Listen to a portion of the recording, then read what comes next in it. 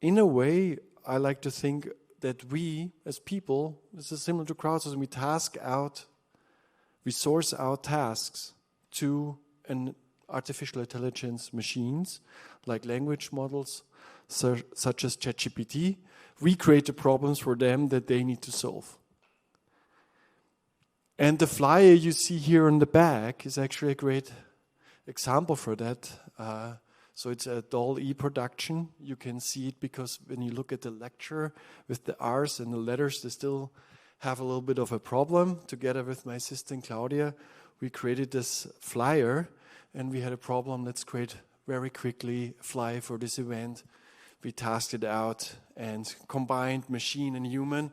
We created this lovely flyer for this event. So AI tools are machines that really excel at task execution at a massive scale.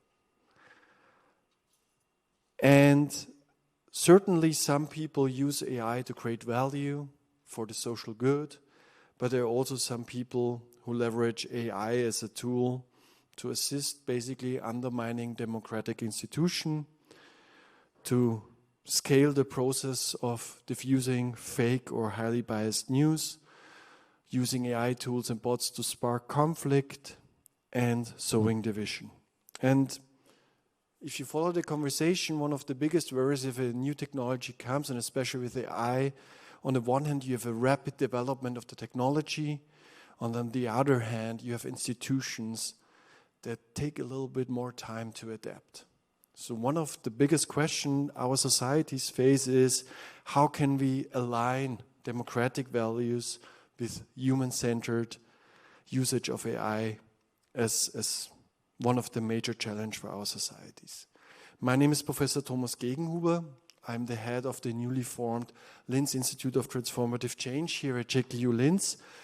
And there's a reason why we're doing this event, because we believe as Institute it's our goal to bring people together from various disciplines and also people together from various societal sectors, be it industry or NGO, to understand and also shape critical societal challenges. And one of these challenges we face is the digital transformation.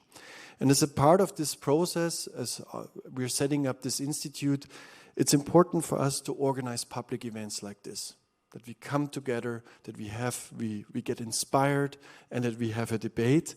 Because if you really think about driving and shaping change, we can only drive change if we can think in the ways necessary to make the adjustments and shape policy and design and whatever we do in a way that is beneficial to society. And of course, we're grateful in the room that we're sitting. Here's the best working title here, JKU, the Circus Director, the director of the circus, that we can do this in such a lovely event space, which really also embodies that it's important to think out of the box. And it's an honor to welcome Merve Hickok today, who is an expert on AI and digital policy. And I will introduce her in a few minutes in more detail. But before her keynote, we have 3 short welcome addresses that explain how we come about to organize this event as a collaboration between the U.S. Embassy, the Austrian Foreign Ministry for Foreign Affairs, and of course the JKU Linz. And speaking of JKU Linz, Stefan Koch, I would like to welcome you on the stage for a brief welcome note.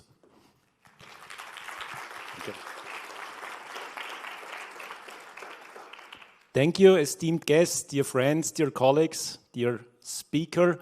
I'm very happy to welcome you here today to this event, the event from the Linz Institute for Transformative Change and at our Circus of Knowledge. I would first like to thank all the people who made this possible. First, of course, Merve Hickok for visiting us, but also the Ministry of Foreign Affairs and also the U.S. Embassy and also all the people here at JKU who made this possible. Thomas Gegenhuber, Iran Berg, many, many more who have supported this.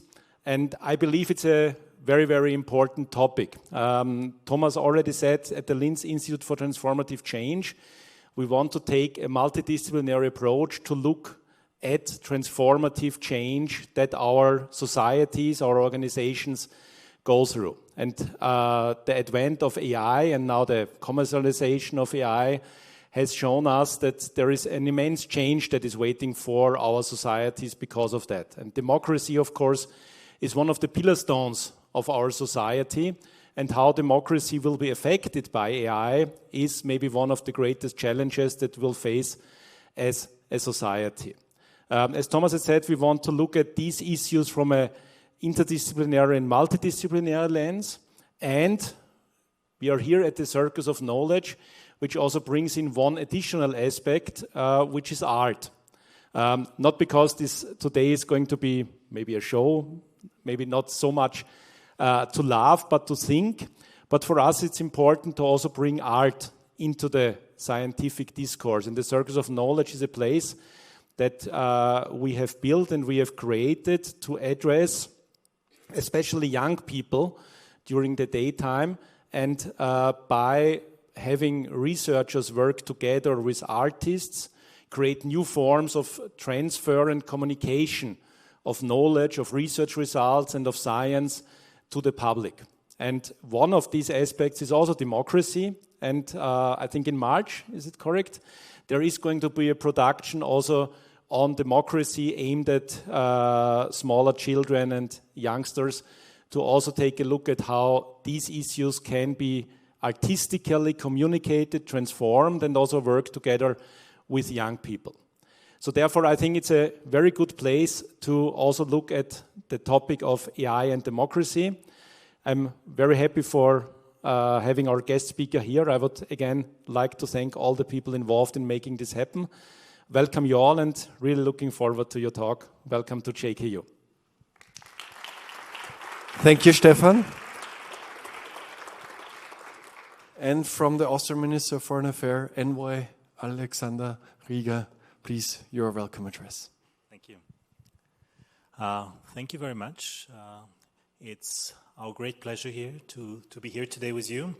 I'm the head of the Task Force Dialogue of Cultures at the Foreign Ministry. So my job is basically to bring people together, to bring civil society together. And obviously with the US, we have a very important and priority relationship. But the idea is to not only have this relationship on the political level, but to also bring civil society together, to bring the people together. Because as you see, our dialogue is called a Citizen Dialogue on Global Challenges. So basically the idea is to involve all of us in challenges that concern all of us. And I think artificial intelligence and democracy are probably two of the things that concern most of us. And we were very happy yesterday to launch the event in Vienna at TU Wien. It was a great success. We had a lot more registrations than we expected, and it just showed us that the topic is of a very high interest. And of course, the idea of dialogues is not just to do it in the capital, but of course also to go out of the capital, to go into the regions. And so in that sense, we are very happy that the second round of this dialogue is happening here in Linz, in JKU. Of course, on the one hand, you have a great university, and you have the only university that is offering studies on artificial intelligence. So I think that's a very important point. And you also have Ars Electronica, which has been a forerunner since a lot of time. And of course, you have many companies that are very focused on technology. So it's a great center to be here. I think what is important as well is to always combine what we can do scientifically with ethics, with values. And so in that regard, also Austria is very well positioned with the Digital Humanism Initiative.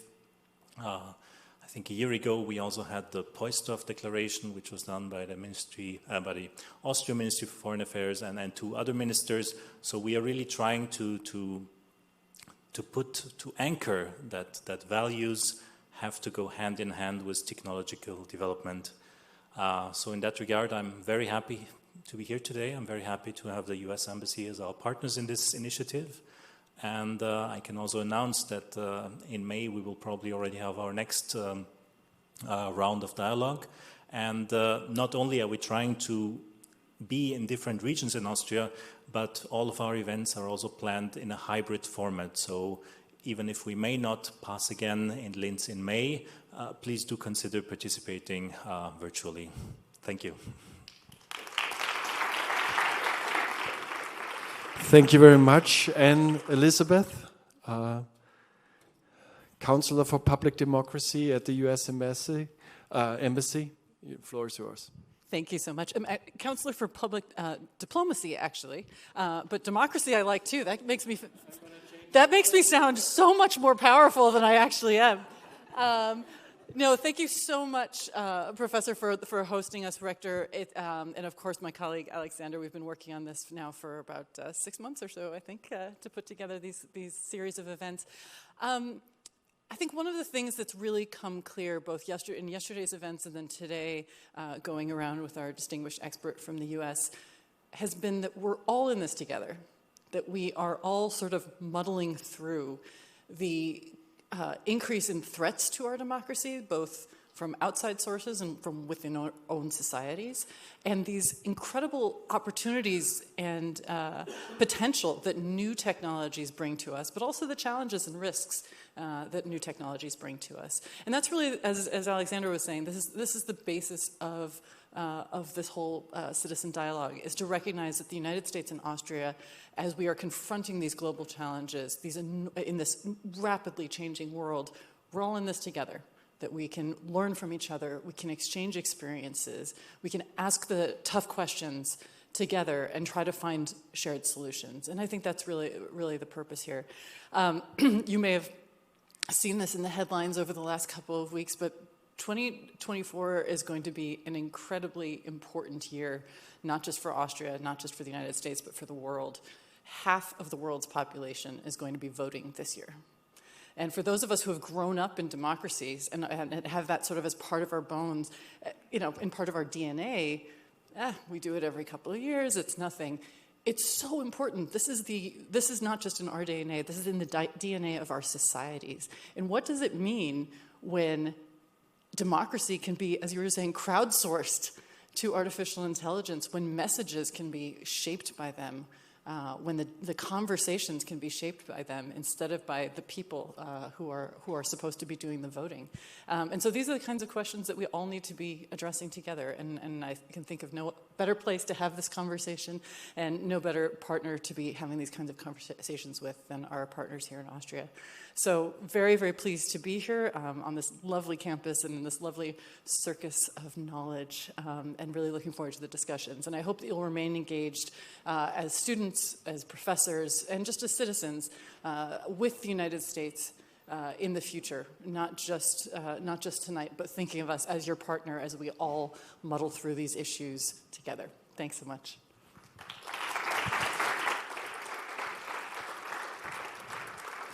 Thank you, Elizabeth. But actually, after your talk, I think public democracy would also be a good working tile for you. You've been promoted by JKU. And of course, Mary, I want to introduce you, and I also we put the QR code that you can go to Mary's website. You're the founder of atheist.org. You're the president and research director at the Center for AI and Digital Policy. You're a lecturer at the University of Michigan School of Information, and also responsible data and AI advisor at the Michigan Institute for Data Science, and I can't complete the list. I think the main message is, it's so great that you're here, and we're really eager to hear your keynote. The floor is yours. Thank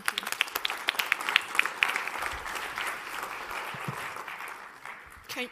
Can you hear me all right? Well, I don't need to change anything. Let's say that I dream about AI.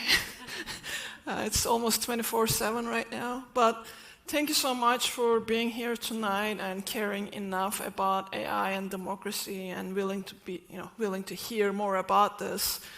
This is my job to raise awareness, to educate on impact of AI in general, be an advocacy organization.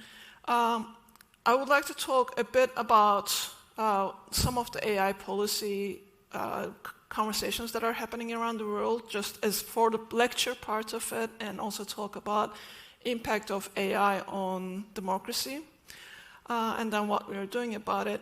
But I very much would like to keep this as a conversation as well. So we'll have time at the end for questions and answers. But in the meantime, if you have any burning questions, please feel free to stop me as well. So my organization, Center for AI and Digital Policy, we are an independent non-profit organization based in Washington, D.C., but we have been working globally on AI policy and AI regulations. And we sit at the intersection of human rights and democratic values and rule of law. So you can think of us as a human rights and democracy defender organization who is working on AI policy and regulations. Like I said, we are independent. We don't get any funding from governments or corporations. And our main focus is to increase public engagement in AI policy making, and on that note, protect human rights and democracy as well. So some of the AI policy highlights that I would like to share that has been happening and shaping the conversations around the world. In 2018, we published what we called Universal Guidelines for AI. So these were 12 items that put together rights for individuals, obligations for companies, and there were 2 prohibitions that we thought universally every country in the world or any AI governance mechanism should include. I'll provide the details of that, how to get to those universal guidelines if you're interested later. But we thought individuals have rights, communities have rights, but they should not be defending those rights by themselves, that there are power imbalances between corporations, between governments, and there should be, whether we're talking about public or private organizations, there should be a baseline protection and rights protected. And organizations have some obligations around that. And then some AI systems are so fundamentally in conflict with human rights, like social scoring, like unitary scoring, that they don't have any place in our societies. So fast forward one more year, 2019, many countries, OECD member countries, Organization for Economic Cooperation and Development, came together and took universal guidelines for AI as the basis for OECD AI principles. We've seen United States, South Korea, and Japan being some of the leading countries back then in that OECD discussions, putting these principles together. And then G20 countries also adopted this same set of principles. So right now, we have more than 50 countries. I think the exact number with new OECD members is around 56. 56 countries agreeing on human-centric, human rights-centric principles, committed to these principles.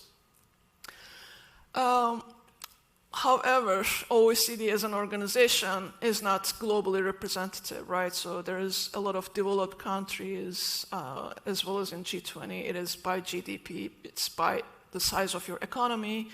So it was not fully representative. It is growing, but there were still some representational issues.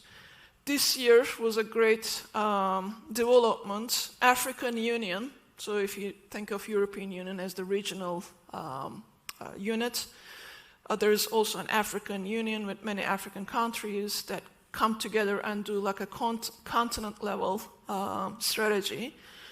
They joined G20 as a group as well. So we're looking at G20 and OECD conversations as more inclusive, more diverse right now. And in terms of putting the human rights in the center, the democratic values in the center, it definitely provides a good model to start with. It is not the solution, but it is a good model to start with. And then we have UNESCO, a United Nations organization with 193 countries at the time of UNESCO recommendations, came together, and that was a more democratic conversation. And they agreed on UNESCO recommendations for AI, ethical recommendations for AI. It is a non-binding, so all of these that I have been talking about, they're not legally binding documents. However, they show the commitments of the countries and what these countries are saying that they're going to prioritize.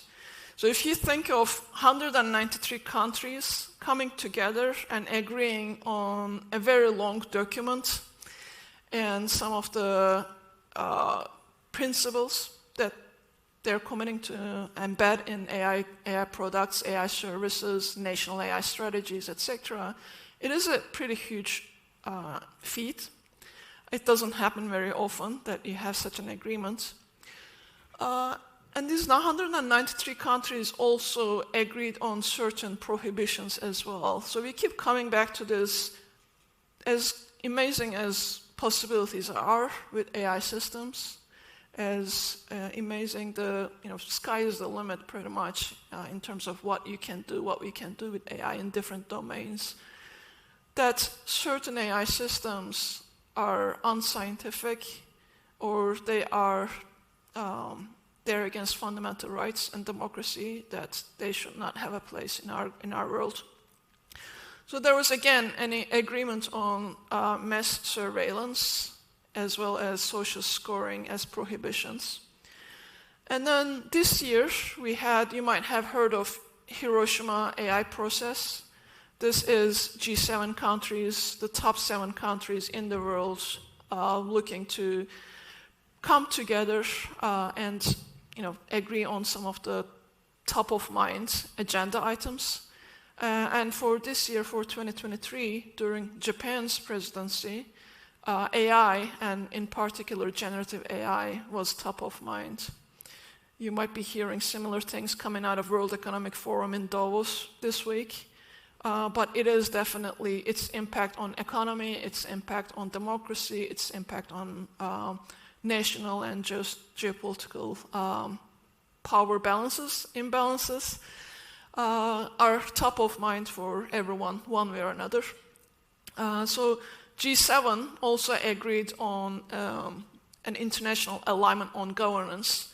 And again, these 7 countries, what came out at the end was democratic values, democracy, and human rights.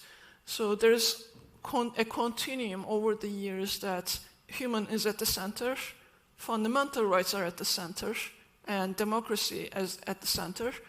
And there needs to be a global alliance. No one country can do this by itself, and no one country should try to govern it by itself. That we need global alliance, a global cooperation, and that's one of the reasons that we're here tonight as well. But it is happening at very high levels too. And then being in Europe, you might have heard about EU AI Act. I said estimate approximately 2024, because although we have a political agreement on the EU AI Act, that the parties, that the European Commission, Council, and the EU Parliament came to an agreement in December. We still don't have the final text, so we're waiting for the final text, and there's going to be a vote on the act. So although we're very close to finish line on the EU AI Act, we're still not there, but hopefully we'll be there. And this was a huge achievement on Europe's side, taking the lead on AI regulation. Again, putting fundamental rights at the top and looking at what are some of the use cases, what are some of the technologies that should not be or should be prohibited, should be banned, and should not be freely experimented and used on European citizens.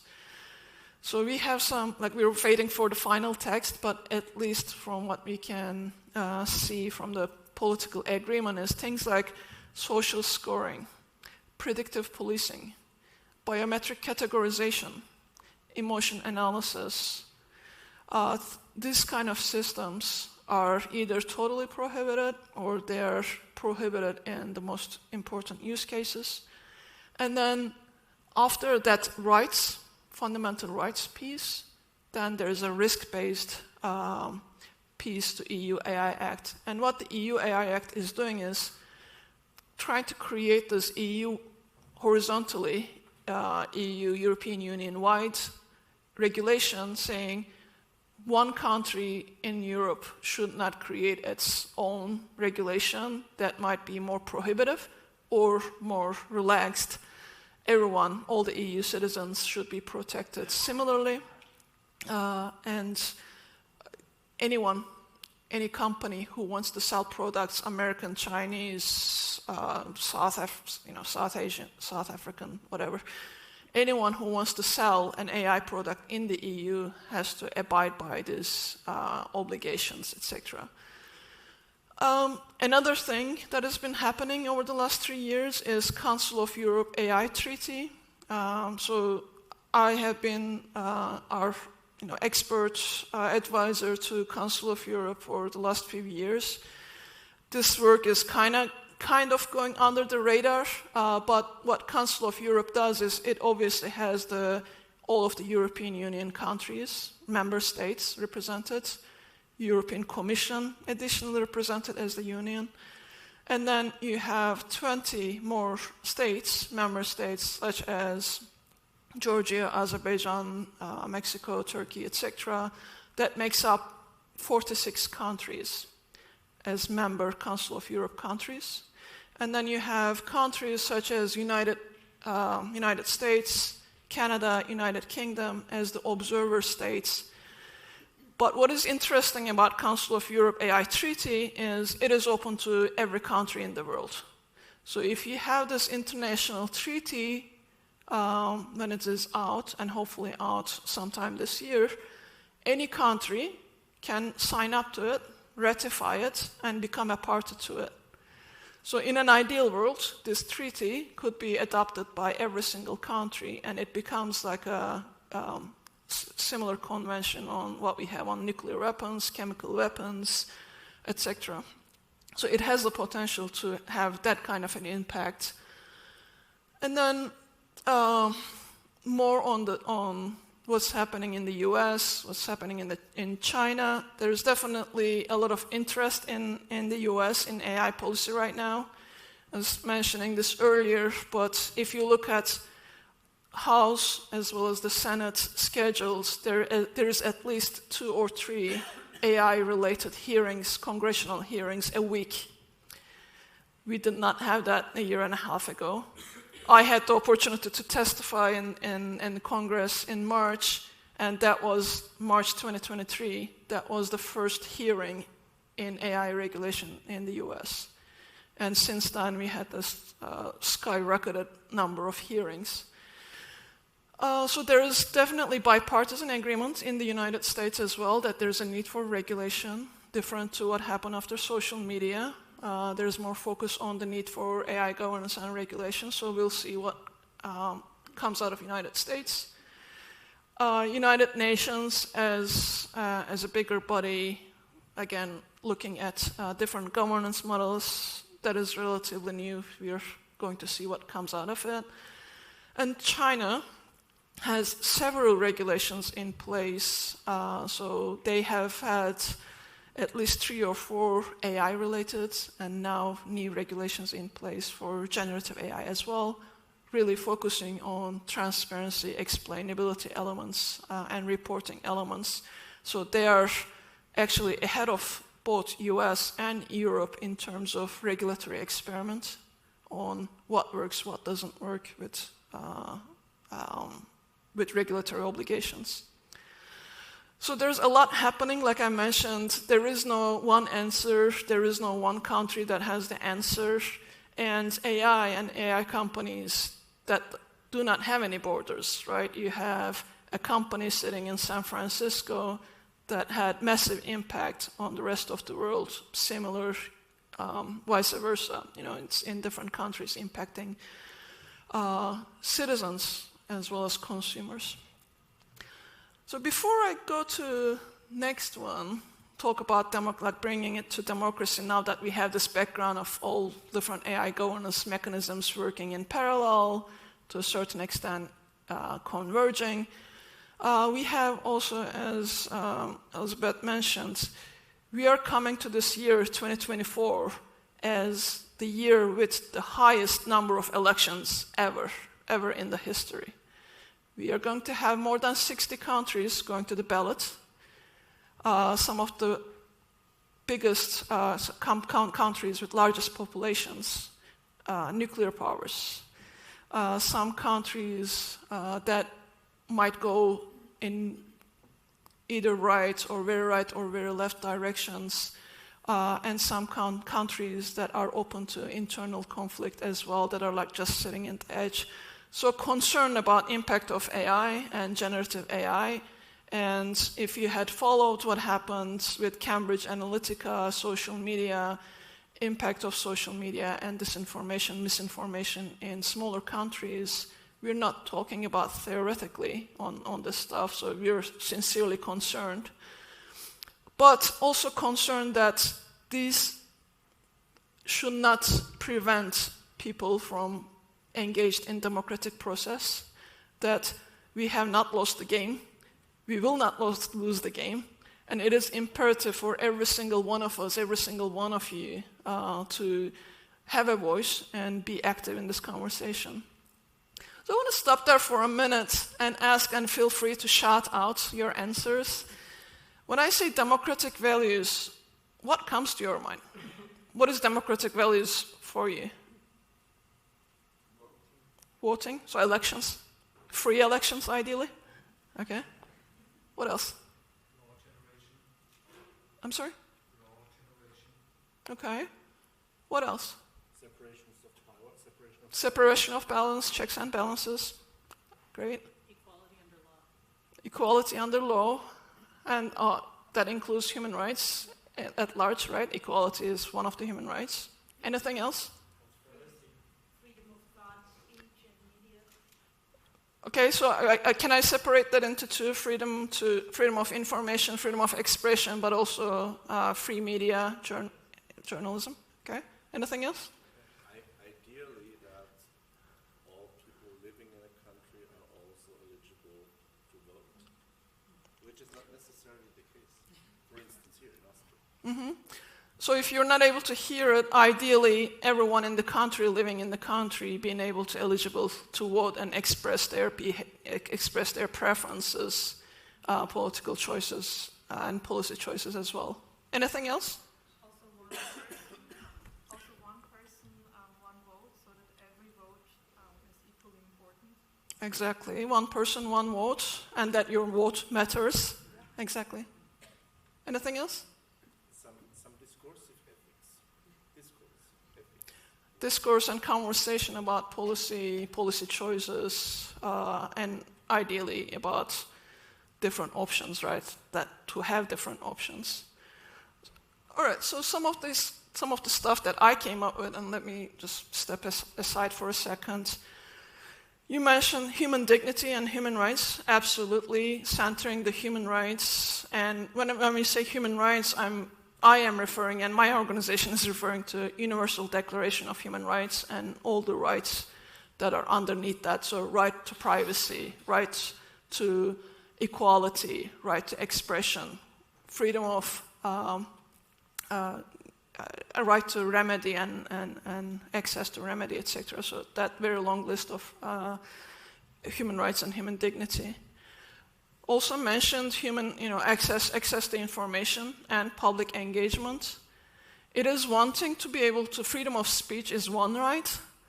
Freedom or right to access information is another right. We all have a right to access accurate information and access the information at large.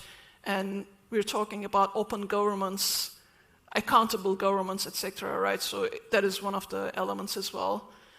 Free elections, we mentioned, definitely a core aspect. Respect of minority rights by majority, I think that is related to your one vote, one person, one vote as well. that majority should not impose its political choices or its social choices, that everyone's voice matters. Free pluralistic media and journalism, and independent oversight. That is also a very important element. We can spend years and years to pass policy, to pass regulation, etc. If someone is not implementing it, and if someone is, or organizations, agencies are not implementing it according to the spirit that legislation was passed, and if there isn't any independent oversight, we cannot be sure that it is actually in place, that is actually leading to the objectives that we wanted to. So where does AI come to this picture? How AI can impact these concepts, these democratic values. So I have a corresponding table, but there are also, interchangeable elements, some of the elements that repeated themselves as well. So human dignity and human rights, AI comes in human-centered design. So I had mentioned all of the AI governance mechanisms that are happening around the world. When we say human-centered design, we say human rights, human dignity, human agency needs to be centered in design and governance of these mechanisms. When we talk about transparency and explainability, we are talking, one, transparency that an AI system is in place, that we as consumers, as citizens, can know that an AI system is being used in the background. So a lot of the times right now, with public and private organizations, we do not know if an AI system is working, if an AI system is making determinations, decisions about us, and what were the design decisions that were embedded, what were the data that was used in those AI systems. Explainability, again, if you're going to make a choice, if you're using an AI system to make a determination about, for example, how long someone should stay in prison, whether someone should be eligible for government benefits, whether someone should be allowed into or admitted to the university, the college that they want, or to the work that they applied for, there should be an explainability element that we should at least understand how the inputs coming into the system, what kind of outputs that they're producing. So you have the input, we see the inputs, more or less. We can analyze bias and the provenance of the data, where the data is coming from, etc. We see the outputs. In many cases, we don't know what is happening in between, in that box, and in certain AI systems, that is a black box, whether by choice of the organizations that develop these, or by design, the complexity of machine learning or deep learning or generative AI systems as well. Privacy, security, and safety, again, coming back to the rights, but also privacy, safety, and security of, are they in danger?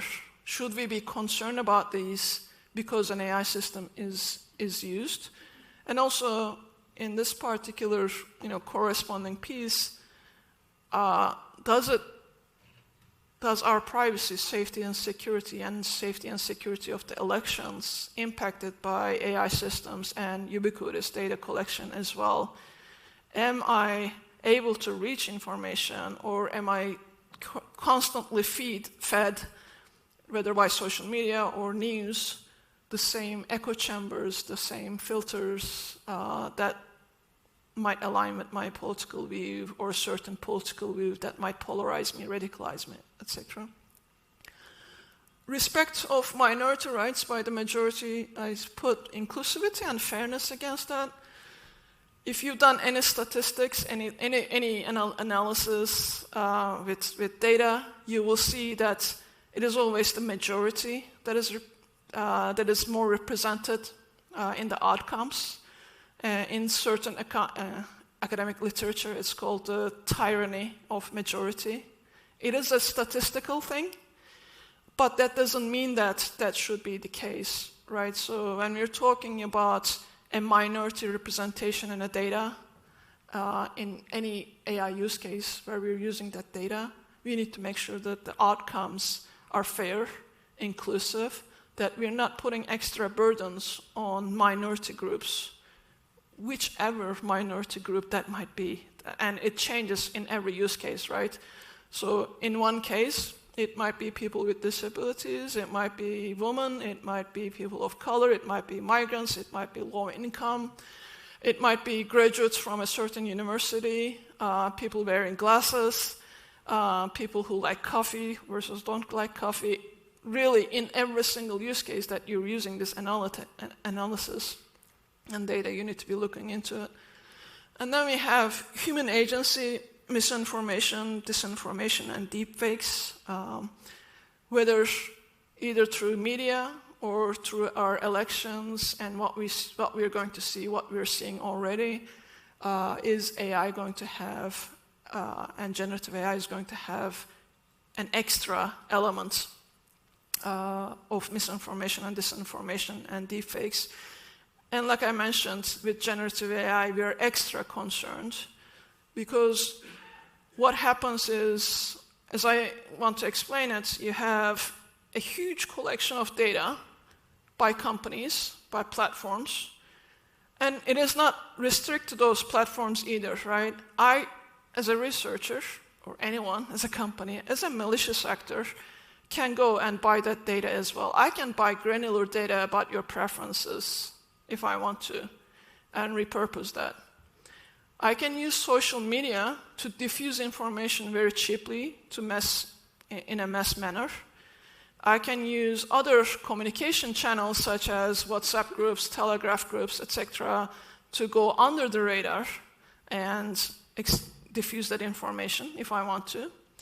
And then I can also use now, as a malicious actor, generative AI systems to create very credible deepfakes. And deepfakes do not have to be audio or video. I can create very credible deepfake documents that look like they're coming from official sources. So I can create this and personalize it for you, right? If I know your political preferences, your social preferences, I don't need one deepfake, but I can one deepfake and send it to millions. I can create thousands and thousands of personalized deepfakes and send it to you. So I'm going very targeted, playing to the worst angels, your existing political polarization or existing political feelings, etc., and playing to those feelings if I want to. And there are a lot of actors that want to. Not only state actors that we have seen, such as the Internet Research Institute, which was the troll farm in Russia that used this disinformation campaigns, China, North Korea, as we know, but also non-state actors that have benefits from creating chaos, creating distrust, sowing distrust in this. So why are we talking this? The idea is, again, not to say there's just going to be like chaos, doom is coming, 2024, forget about elections globally. Exactly the opposite. I said it last night, I'll say it again. We do not have a preference, so we do not have a choice of not engaging. This is not about preference, it is imperative. You have to be engaged in the democratic process.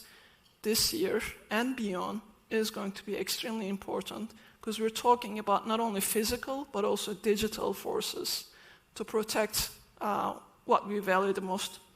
So meaningful public participation in not only democracy but also AI policymaking. So not leaving it to a very small group of people deciding in Brussels or Strasbourg or DC or Vienna to make this to make these choices, but getting involved in that conversation. Having those conversations shaped by human rights, democratic values, and rule of law. So protecting the rights, protecting democratic values, and also focusing on implementation and accountability. That is where civil society comes in. That is where investigative journalism and independent media comes in. That is where independent authorities such as data protection agencies, etc., also come in. You cannot have these protections without the independent oversight of implementation and accountability. But at the end, everything I said since I started boils down to trust. We are talking about erosion of trust in the process, in every single democratic values that I talked about. And I'll just point out a question to you. What happens if you do not trust anything that you see, anything that you hear, anything that you read? You're going to be disengaged.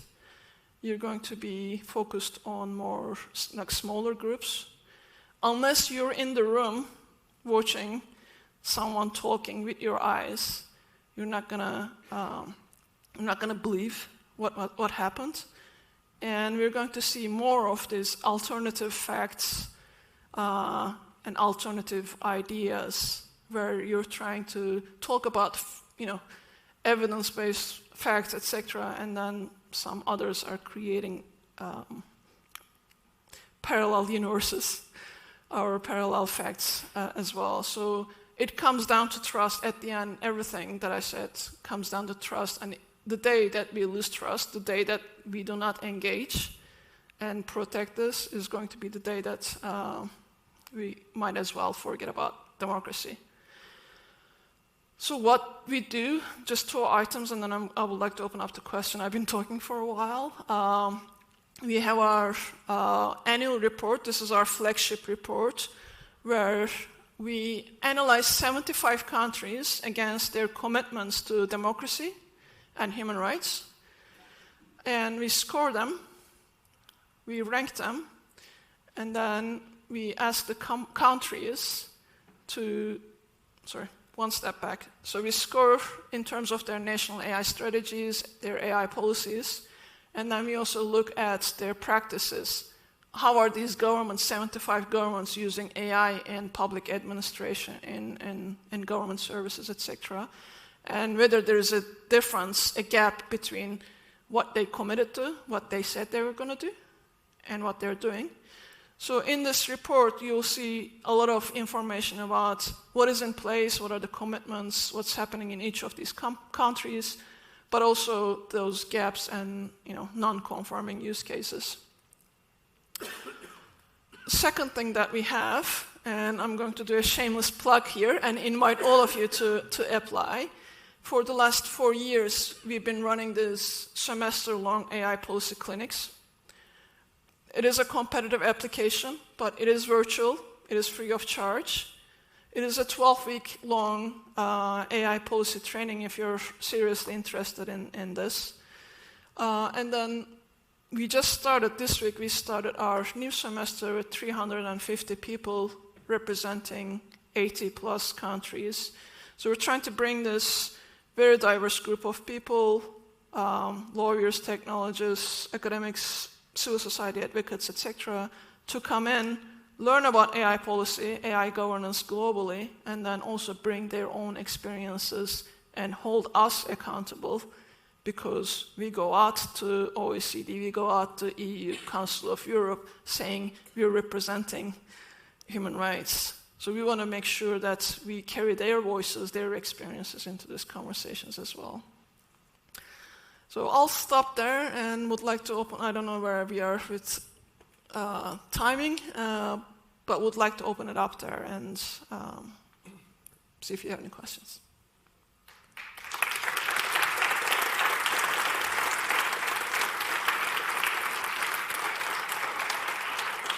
So I'm going to run around with the microphone, and Mary's going to moderate the Q&A. So, yeah. If you have any questions, please raise your hand.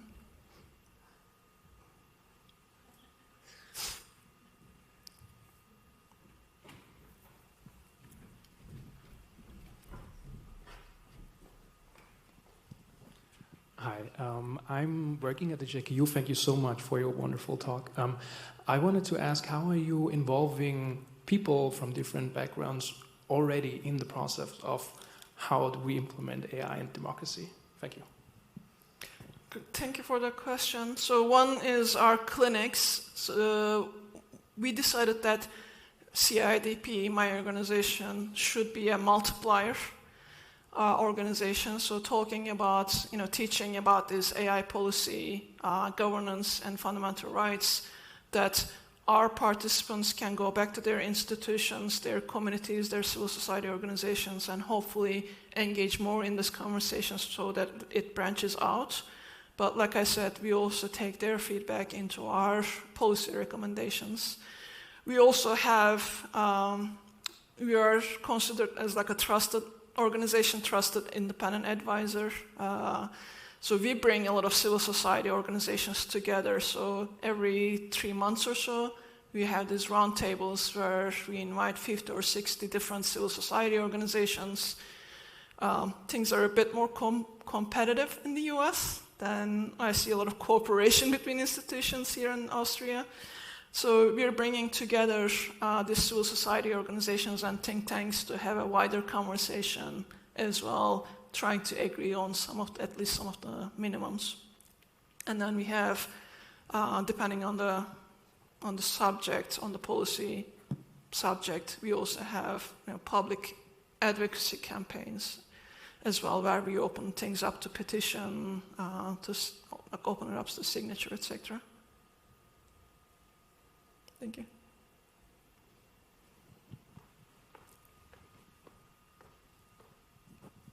Thank you so much for this great talk.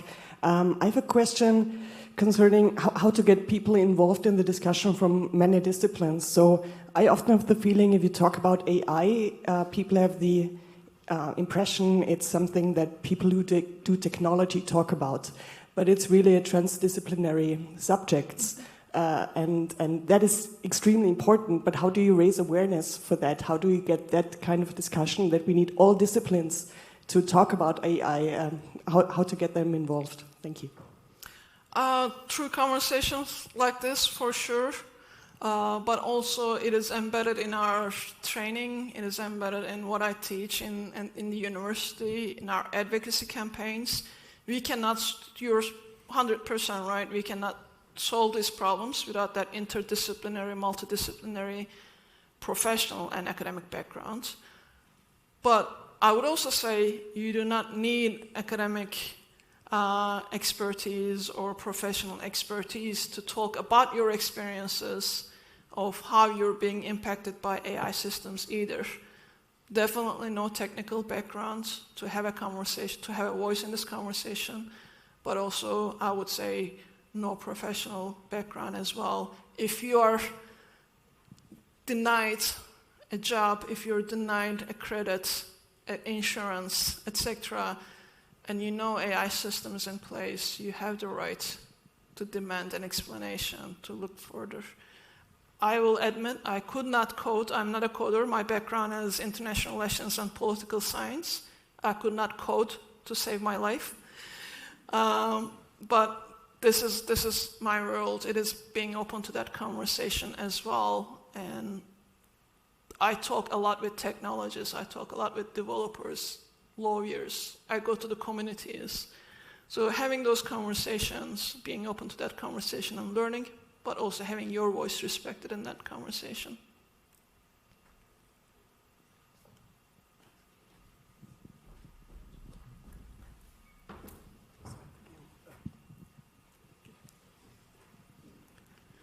Thank you so much for the talk. Maybe to a similar point, because you already mentioned social media and how we kind of failed to regulate that in time.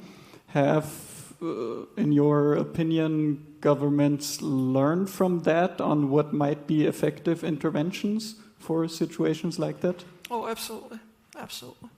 In the U.S., if you follow, general United States response to technology or regulation in general, there's a tendency to leave it to the market to correct itself, govern itself, etc.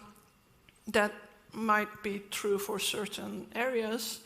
However, the lawmakers definitely regret not regulating social media, and that is one of the reasons why we're seeing so many hearings in the Congress right now. And I can tell you that it is a bipartisan agreement that we need to regulate AI use cases, not the technology, but certain use cases. And I would say also that this has been a trend across 3 administrations, Obama, Trump, Biden administration, with Biden administration taking it more personally and taking it more seriously. I think it's also a function of the technology evolving and becoming more mainstream in this last 2-3 years.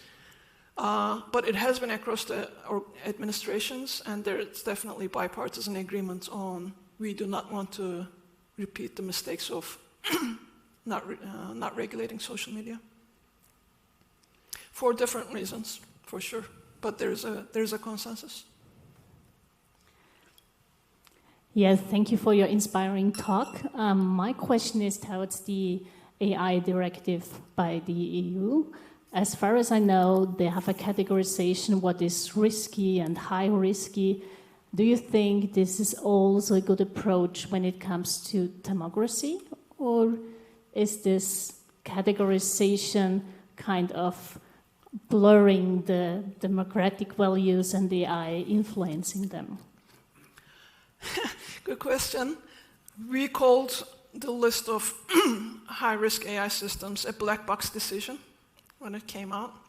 Because even today, we are not 100% how those use cases were. They are correct in terms of, don't get me wrong, they are definitely the right list to consider as high-risk use cases, the possibility of impacting human rights and safety. But EU lawmakers also did a course correction towards the end because they had so much response to your question that we're going to now, or EU is going to have an EU AI office, which is going to be responsible for the update of that list, high-risk use cases, as well as a more formulaic approach. So it is not one commission, it's not the commission, or it's not the council, etc., that says, hiring or employment is a use case, is a high risk. It is, but there needs to be some more analytical, formulaic approach to it. Like I said, I still, and I've been involved in this for 4 years, I still don't have a good idea how that list was put together. But going forward, I think there will be more transparency about that as well.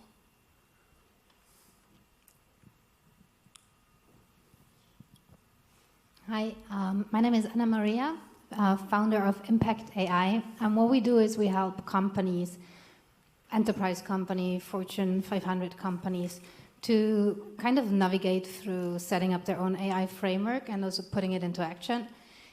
What we see often there is when we work with the ML engineers or architects, platform architects, that they have this question, which is how, if now any policy comes into action, how do we really actually, how we will be able to put it into action, right?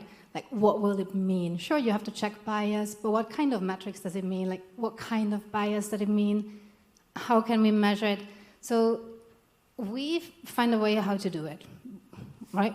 But you, more from the thinking of the official side, how do you see a way forward now, thinking of the EU AI Act, how this will be solved, this problem for companies? For the NIST AI risk framework, I see a way forward. For the EU AI Act, I'm not sure. How do you see this gap getting smaller from theory to practice? So what's going to happen, two different answers to that, two complementary answers to that. One is, it is going to evolve. We're going to see better practices evolving as this conformity assessments and technical documentation that are obligated by the EU AI Act becomes more public, we're going to be able to see different, how each company is evaluating this and what kind of mechanisms that they put in place. There might be new approaches emerging that we can learn from. But there's also going to be standard-setting organizations, right? So the Commission is going to, either they have already in the last couple of weeks, or they're about to ask the standard-setting bodies to put the technical standards to, send an invitation letter.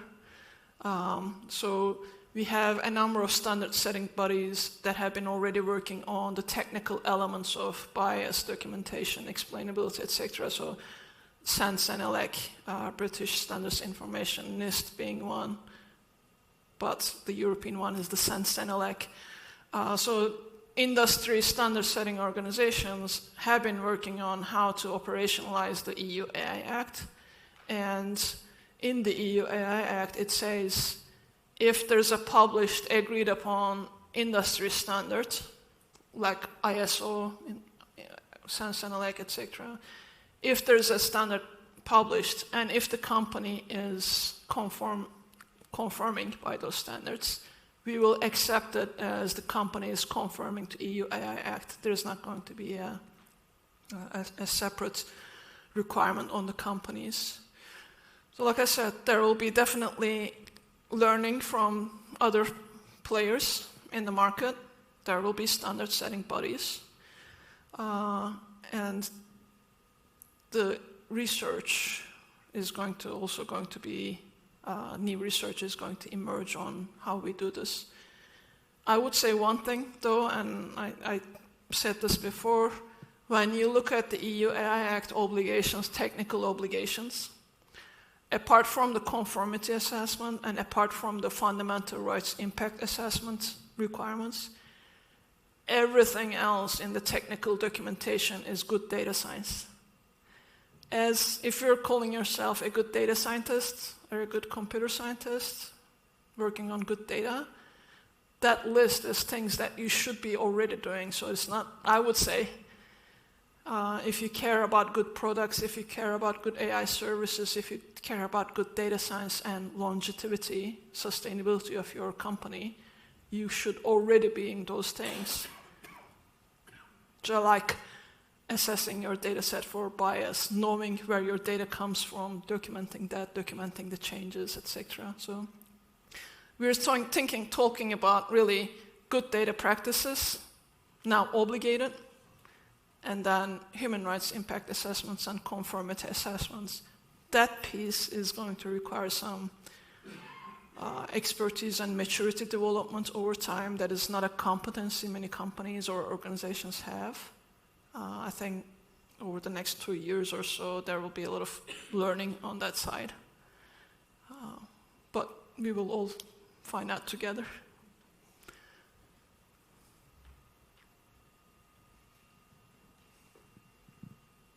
Hi, I'm Stefano Pedemonte. I'm a machine learning scientist. So a lot of the what you said about the development of policies is around regulating products. So from the perspective of the consumers of AI systems coming to the market. Now I wonder from the perspective of developing the AI systems, there are increasing barriers to developing highly complex systems, cost, access to data, and so if we think of systems like that can change our healthcare and impact our lives so importantly. I wonder who will own these systems, like how much will I be able to, as an individual, to contribute? Will each one of us be able to contribute and to own these systems? And so my question is, do the policies that are emerging in AI want to enter also these questions?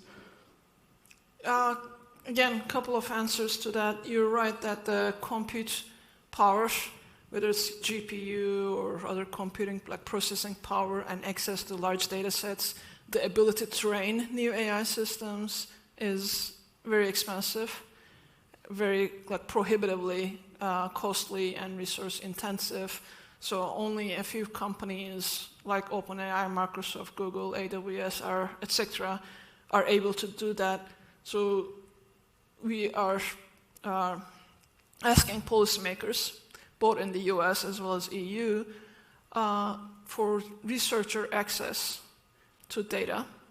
So kind of democratizing what is happening in this big large language, so foundational models, bigger models, and ability to use those. We are also asking for more funding into research and small and medium-sized enterprise support. What I would say is, though, a lot of the times, as a developer, as a small company, we are going to be dependent on some of these foundational models, right? So if you think of, for example, GPT-4 as the foundational model that you can build your product, you are dependent, directly dependent on what one company decides to do with that product, how they develop that, how they train it. So you take on all the responsibility, like downstream risk and responsibility and liability for bias, for copyright infringement, for data provenance, etc.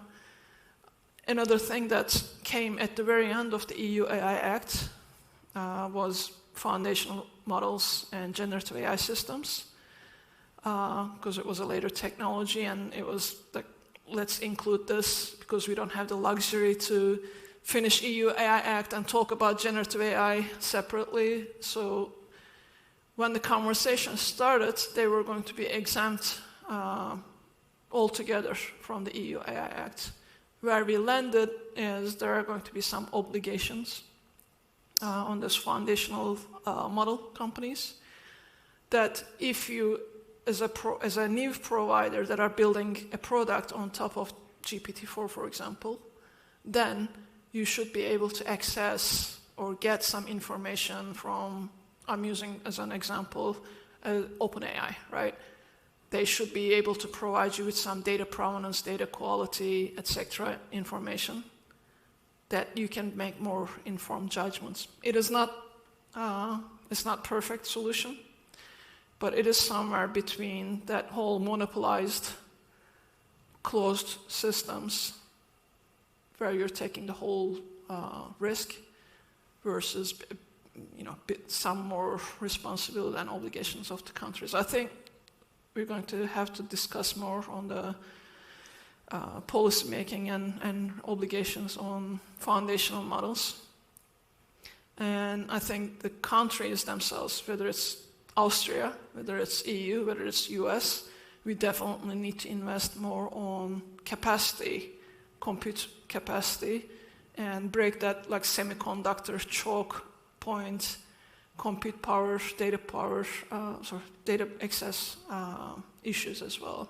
Because you're right, if you're a smaller company or a developer, you have so much dependencies on where you're getting the compute power, which cloud provider, where you're getting the data, where you're getting AI model, foundational model as well. So if you're going to benefit from this as an economy, as a society, we need to break those monopolistic relations as well.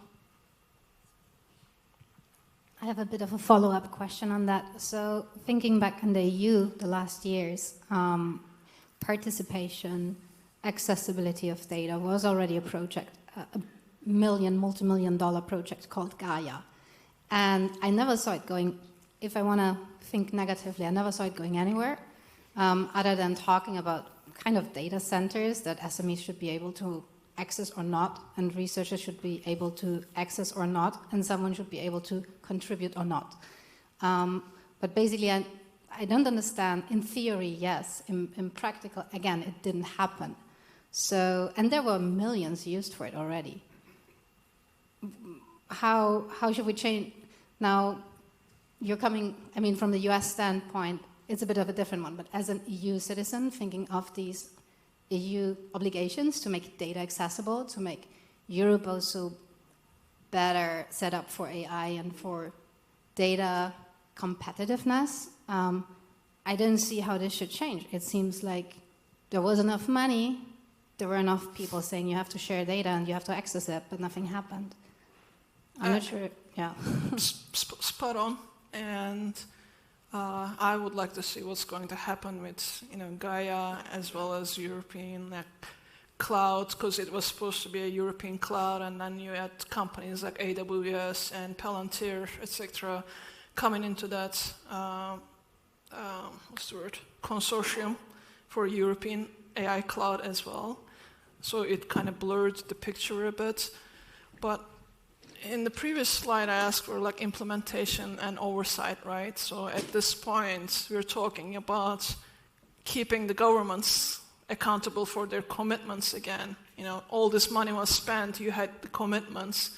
We as small, medium-sized organizations, European developers, we need access to this, and we need you to be delivering on your commitments. So it is going to be all of the ecosystem, individuals and small companies, medium companies, demanding it.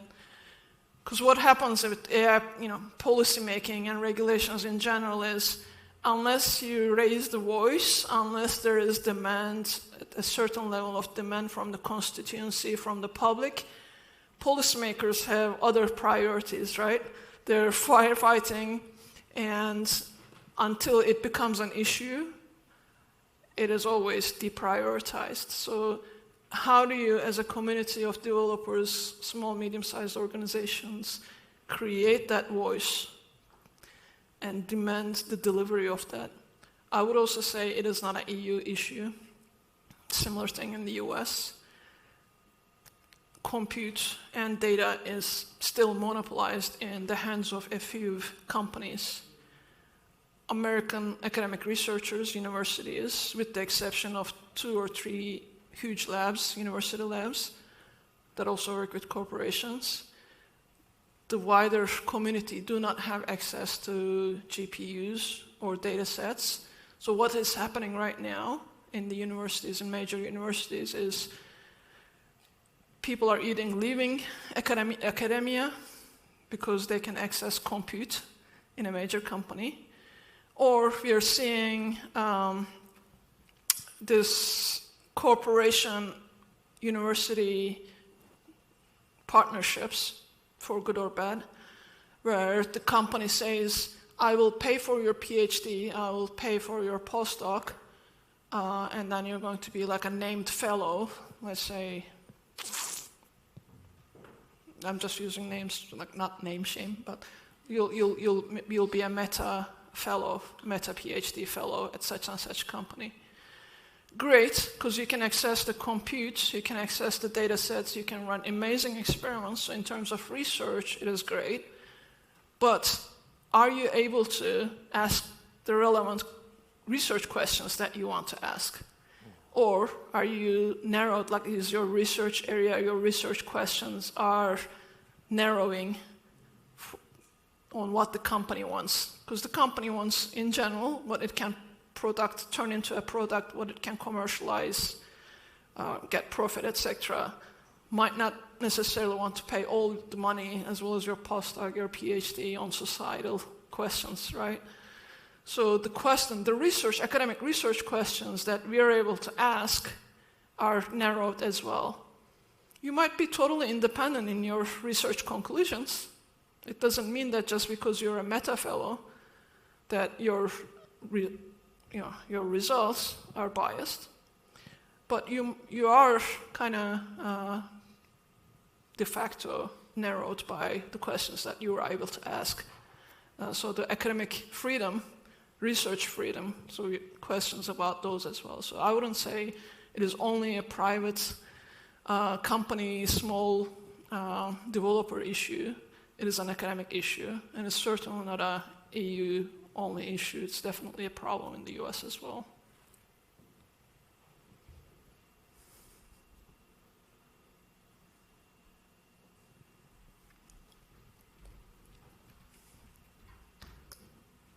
I would like to follow up with a question that is more targeting society in general, because you said that it's really important that trust in information systems does not fall, and it's going to be important for people to be engaged, and especially looking forward to all of the different elections happening in 2024.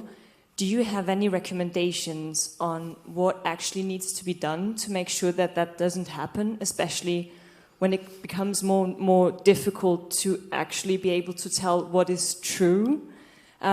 If you're on social media, you don't necessarily are able to tell what you see, where it comes from, how it's generated. So to me, that actually is one of the biggest questions. How do we target that, and how do we make sure that people don't become more disengaged because of it?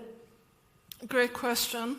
And it is going to take multiple different approaches, diverse approaches, right? So we're going to need technological fixes, technological approaches in terms of understanding how information, disinformation is diffusing, and kind of monitor those networks. We're going to need technological fixes to detect deepfakes to a certain extent. You know, there are some adversarial research happening and response research happening to that as well. So the technological fixes on whether it's detecting deepfakes, synthetic media, etc., are also developing. There's going to be some policy responses needed, and whether that is, for example, a moratorium on political advertisement, political targeting during an election period is something that is being discussed. Watermarking, labeling synthetic content, obligation to watermark synthetic content is another policy discussion, especially in the United States right now, that assumes that you are a legitimate actor. If you're a malicious actor, you're not going to watermark your metadata or your content, obviously, but it narrows the space. And then a lot depends on journalism, free journalism, fact-checking, strengthening the fact-checking muscle in how we access media, how we access news, etc. You might be, doom scrolling, getting all your information from social media. I would suggest, at least double check. Maybe you don't want to use trusted media or main media sources, but at least double check and spread the word. If you have more information about AI, deepfakes, synthetic media, impact on elections, democracy, etc., spread the word. Talk about it in your communities, in your social network, etc. Because here today, we're here as students, as academic researchers, as policymakers, etc., right? But you're going to go home, you have parents, you have grandparents who are going to be voting. For some of us, our our adult children are going to be voting. Our social networks are going to be voting or engaging with news. So I would say the more you know, spread the word, as there are other fixes, policy, technology, societal, educational, civic educational responses are building up. It is not going to take one single answer, and like I said, it is going to take every single one of us to hold on to democracy and protect that. So we have two more questions. Is there another? One second. 1, 2, 3, and then we close. Okay. Thank you for your talk. I'm Mahmoud from Egyptian Artist. I'm studying Constitution. I need to ask two questions. One question is, how do you see the artistic endeavors that try to look or think critically about artificial intelligence? And the second question, if we went back to the time of pandemic and how we all witnessed the time of pandemic advanced the development of artificial intelligence, and how the policies or the policies will be valid or survive the next advance of AI developments, especially like always the technology will advance the policies and the laws. Let me start from the back and answer very quickly your questions. The policy, we're always going to need policy updates, because the technology is developing at a rapid pace. Because what we do today, whether it's regulation or general policy approach, is not going to hold in 2 years. So we need to have flexible structures, flexible regulation, flexible response mechanisms in our governments, in our policy making, to be able to continue to catch up.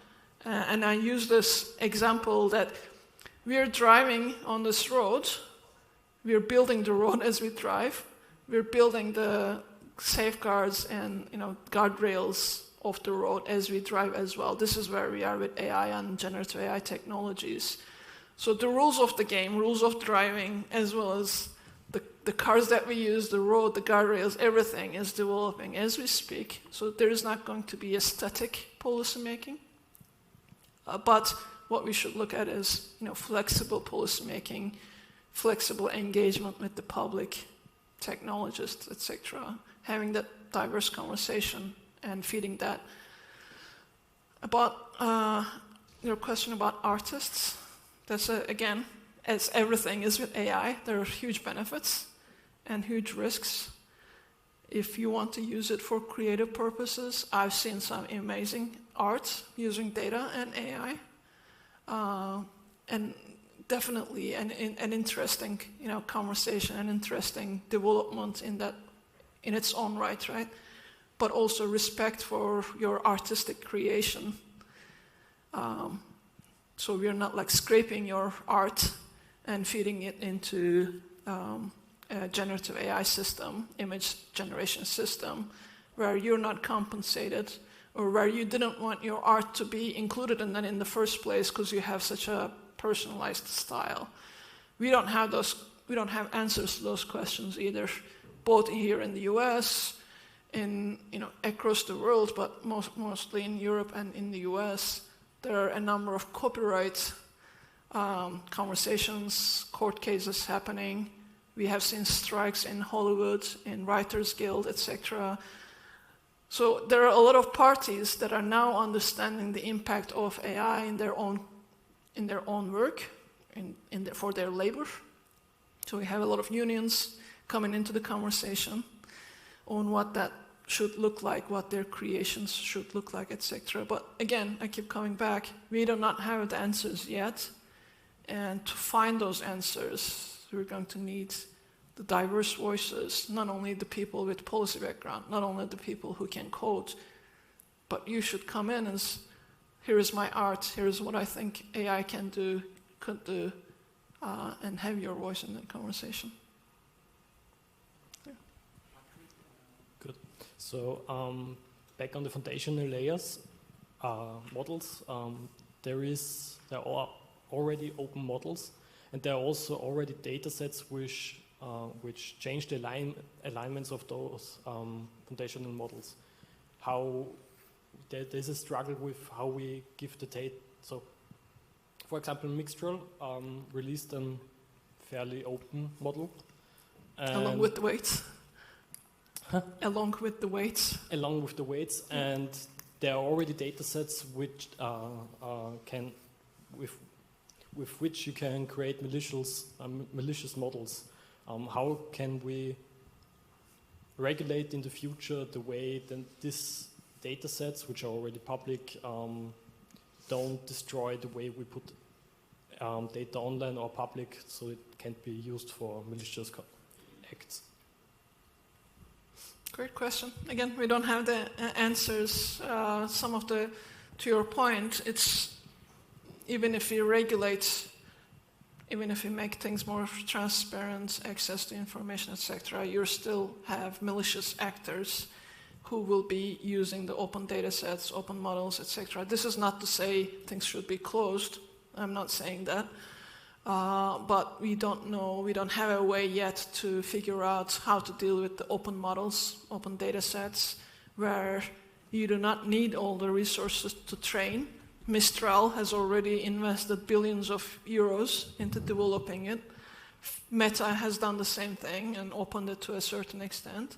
So you do not have to go through the millions and millions and billions of dollars or euros of investment. You can download it to your laptop and create a malicious model that can go under the radar. We're going to need more research in terms of, like I said, synthetic detection. We're going to need more research on response to adversarial attack, because it's not only about disinformation, misinformation, right?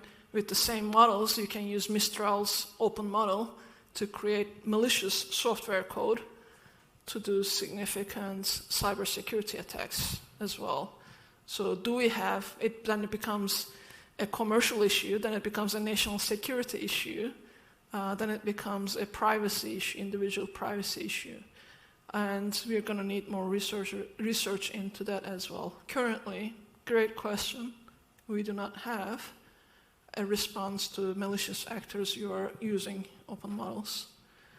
And if you're interested in the subject, last week, NIST, National Institute of Standards Technology in the US, they published a report on where we are right now in terms of response to this malicious actors using generative AI, and their conclusion as well was we do not have like 100% foolproof way to respond to this. So it's just as we're investing in commercial, we need to invest in research as well. Okay, the last question, Robert. So thank you very much for your time and for allowing us to pick your brain. I'm interested in the trust issue. And I hear that when it comes to data security, in the Silicon Valley, there's a huge amount of informal collaboration among companies. When one company identifies a virus or whatever, there's a tremendous amount of sharing among companies that otherwise compete, because they understand if we don't trust the internet, it's a problem for all of them. Wouldn't a similar thing, wouldn't we expect a similar thing to happen with AI? If we don't trust, as you pointed out, what we see on the web, and we go back to the very local interaction, that would actually destroy the business models of all the internet giants. Do you know, are they concerned about this? Do you hear something about how they think about tackling the trust issue? They are, I mean, the security incident and incident sharing is definitely top of mind.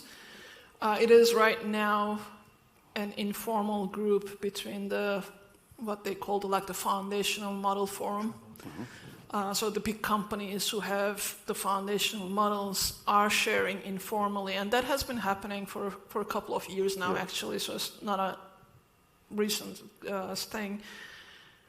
What we would like to see is, if you know, don't keep this close, but make it a part of an incident sharing, incident reporting mechanism.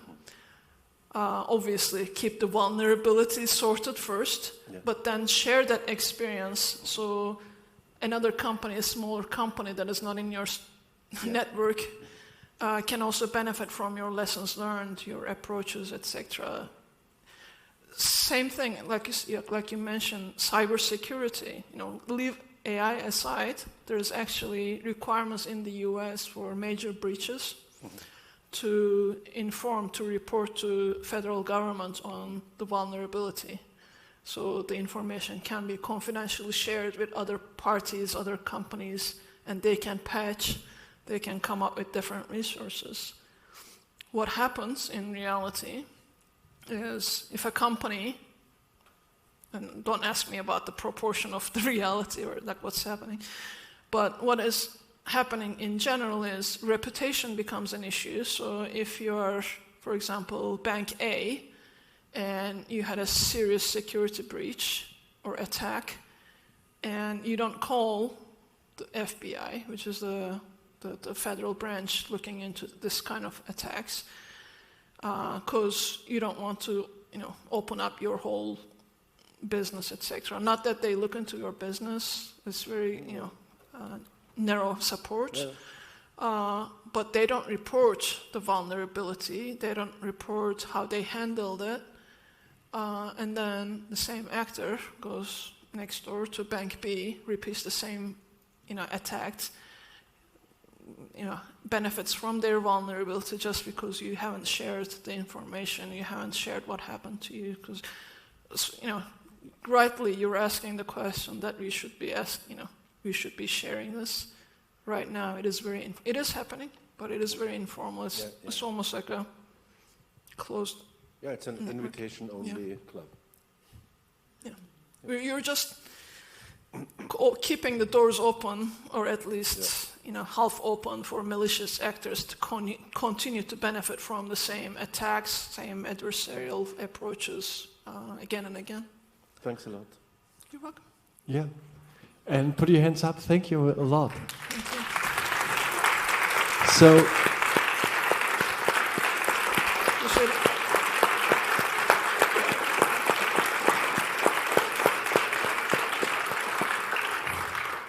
I know you're traveling, so this is travel compatible flowers. We thought about buying bigger flowers. It was not a budget issue, but it was a travel issue. Thank you. And of course, if you come to Linz, everyone of Linz knows it, a small Linz cake, which, fortunately... There was an internal joke going there today. Joke, proved, which you can eat. It's good for quite a while.